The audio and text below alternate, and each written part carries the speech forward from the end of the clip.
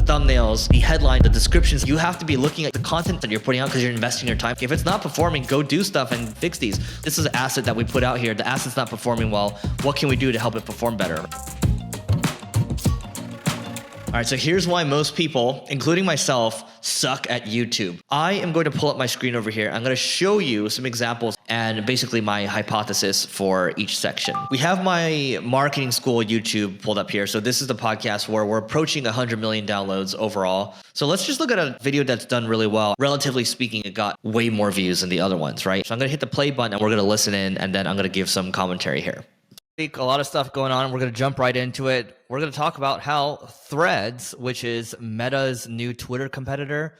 So you can see by the 1 minute mark, we've already lost 60% of our viewership, and that's a lot. So we're aiming for maybe 70% retention or so at the 30-second mark. If we're not doing that, we know there's a problem. And now this to me in the beginning, this is just telling me that we didn't pick the best moment to hook them in the video, where it's like there was a very interesting controversial take that we might have had, or something that invokes curiosity. That's what I would say here. In the first 30 seconds or so, you got to keep them hooked. And then if we look at the thumbnail itself, so the end of Twitter gets over 100 million users in 5 days. The good thing about this thumbnail here is that we're not just repeating the title in the thumbnail. This might be a little bit of a controversial take because we're saying this might be the end of Twitter. The curiosity piece is around, oh, Threads gets over 100 million users in 5 days. Now let's just take a look at the stats for this thumbnail. So the thumbnail plus the headline, 3% or so.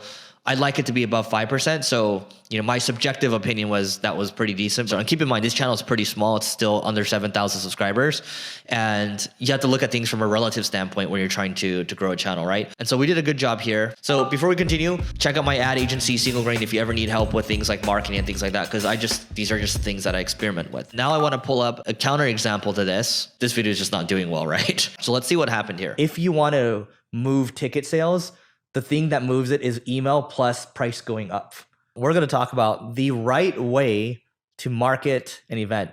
Literally, guess what? That hook in the beginning, it wasn't that bad, but let's just continue on here. And I was talking to the people that run the War Room Mastermind, or it's not called War Room anymore. They got the Rise Mastermind, Traffic and Conversion. Who's Diana and team. Is she running your next event? Yeah, her squad's running the next event. Oh, cool. Yeah. So do you want... I guess I can just go into kind of what they've been telling me. I'm curious on how you're marketing it, because I've seen a big shift in your events. The first few weren't bad. The last one I was at, it's continually gotten better, but the last one I was at was really amazing. And I don't know if you remember, I wasn't necessarily hating, but you're just like, hey, we're going to do 3 events a year. You're going to come to them. And I'm like, yeah, I don't know how many of these I'm going to come to. But after the last one. So I don't think we're doing a good enough job of holding people's attention here. At the end of the day, marketing school is talking about marketing. So the topic is relevant. We're talking about event marketing in this situation. And so it doesn't seem very interesting to me is my point, right? So how could we have hooked them more?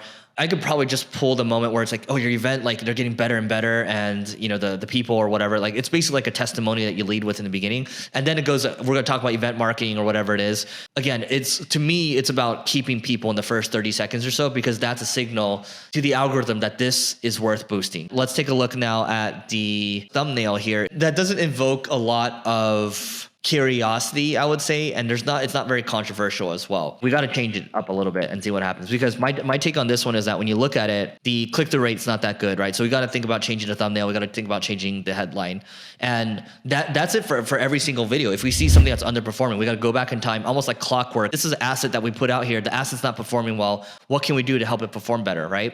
And so that's for the long form videos. I showed you a good one, and then I showed you a bad one. I'm going to show you a short that we had perform really well that had maybe 70,000 views on it or so. Yeah, that's a huge outlier for our channel because it's such a small channel. Mr. Beast's new video crushed his Squid Game video. Basically, he goes like a $1 yacht is basically sinking when they get into it, so they have to like abandon ship, and it just goes like higher and higher and higher. The first 90 minutes, this yacht video got 8 million views, 10.7% click-through rate. So if you're above that's massive. That's a huge click-through rate. Average view duration 8 minutes 40 seconds, and the main sponsor was Feastables, which is his own product. Yeah. At the very end of the video, he's like, by the way, I have a secret video, but if you want to get access to the video, you got to go buy Feastables because the code is in the Feastables. And that video should help them generate much more revenue as well. And that video is outpacing. So a couple interesting points here. Shorts is a little different. Because when you look at shorts, there's a couple things you want to look at. You want to look at how many chose to actually view it versus swipe away. And whenever you're above 50% or so, I think it's pretty good. So average percentage viewed, okay, 80%. That's a huge signal because most shorts aren't going to do that well.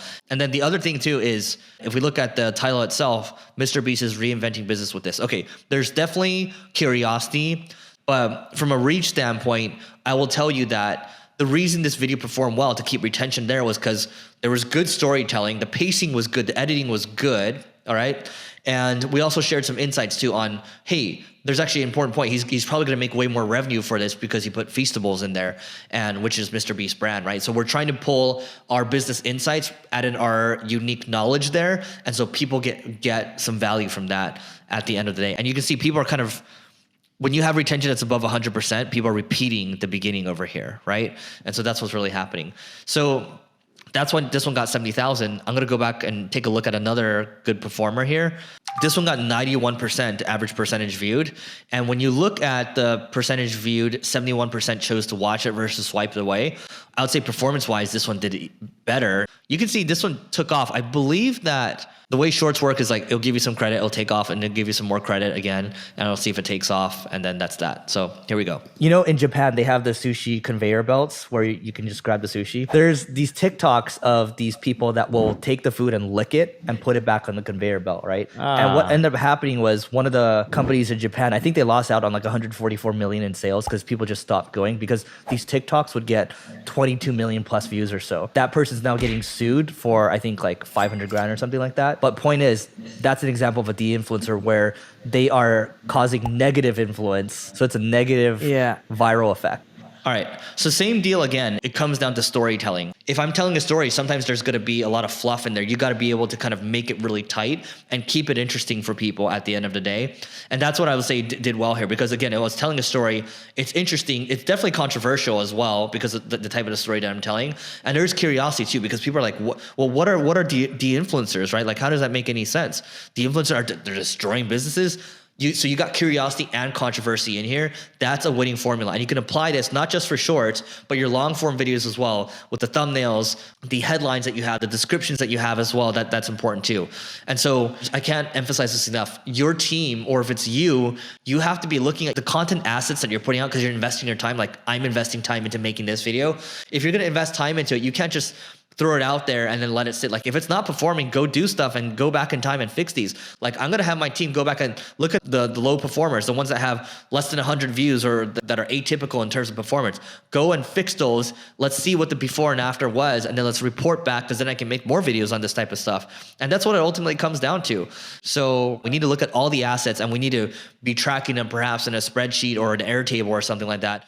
Hopefully you enjoyed this and hopefully got a thing or two. Don't forget to hit the subscribe and the like button if you're watching this on YouTube. It helps us grow. And let me know what you think. If you want me to do more case studies like this, drop it in the comments below because I actually enjoy doing it. So let me know what you think. And I got another video for you to watch. It is on how to grow a site from 0 to 750,000 visits using programmatic SEO. Check that out over here. See you in that video.